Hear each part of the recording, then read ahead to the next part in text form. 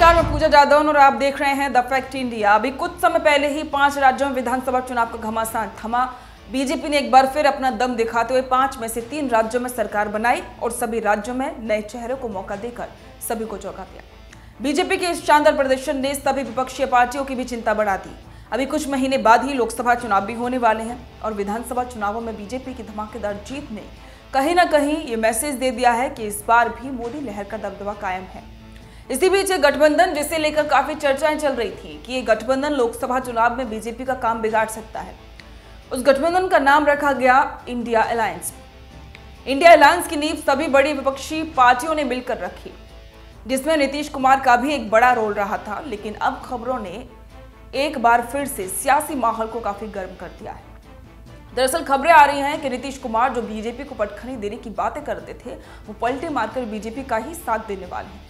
इन खबरों पर सभी पार्टी के नेताओं की अलग अलग प्रतिक्रियाएं सामने आ रही हैं। कुछ नीतीश को पलटू राम बता रहे हैं तो कुछ नीतीश कुमार को भरोसा करने लायक नहीं बता रहे हैं। ऐसे में ही अपने बयानों को लेकर हमेशा चर्चाओं में रहने वाले कांग्रेस पार्टी के राष्ट्रीय प्रवक्ता और वरिष्ठ नेता प्रमोद कृष्णम का भी एक बड़ा बयान सामने आया है।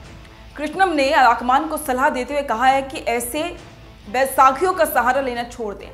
आइए आपको सुनाते हैं कि कृष्णम ने कांग्रेस हाईकमान को क्या हिदायत दी। देखिए, नीतीश कुमार जी की जो क्रेडिबिलिटी है वो अब देश में बची नहीं है और उसके लिए वो खुद जिम्मेदार है, उनके फैसले जिम्मेदार हैं।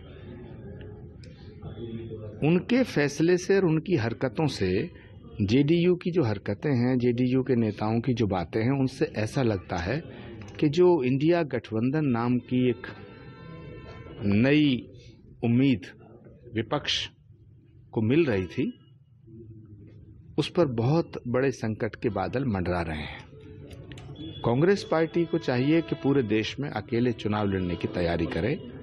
इन बैसाखियों के सहारे इतना बड़ा युद्ध नहीं लड़ा जा सकता है। ऐसा पहली बार नहीं है जब कृष्णम ने आलाकमान को कोई सलाह दी हो। राजस्थान में चल रहे गहलोत और पायलट के विवाद में भी वो पायलट की तारीफ करते हुए नजर आ चुके हैं। उन्होंने उस समय पायलट को मुख्यमंत्री बनाने की पैरवी की थी, लेकिन आलाकमान ने गहलोत पर ही दांव खेला और नतीजा ये रहा कि राजस्थान से कांग्रेस का सफाया हो गया। अब देखना यह होगा कि क्या कृष्णम की बात को इस बार आलाकमान गंभीरता से लेगा और नीतीश कुमार क्या एक बार फिर से पलटूराम बनेंगे। अगर ऐसा होता है तो विपक्ष लोकसभा चुनाव में क्या करेगा। खैर, इन सब सवालों के जवाब तो समय के साथ ही मिल जाएंगे। इस खबर पर आपके विचार हमें कमेंट करके जरूर बताएं। बने रहें द फैक्ट इंडिया के साथ।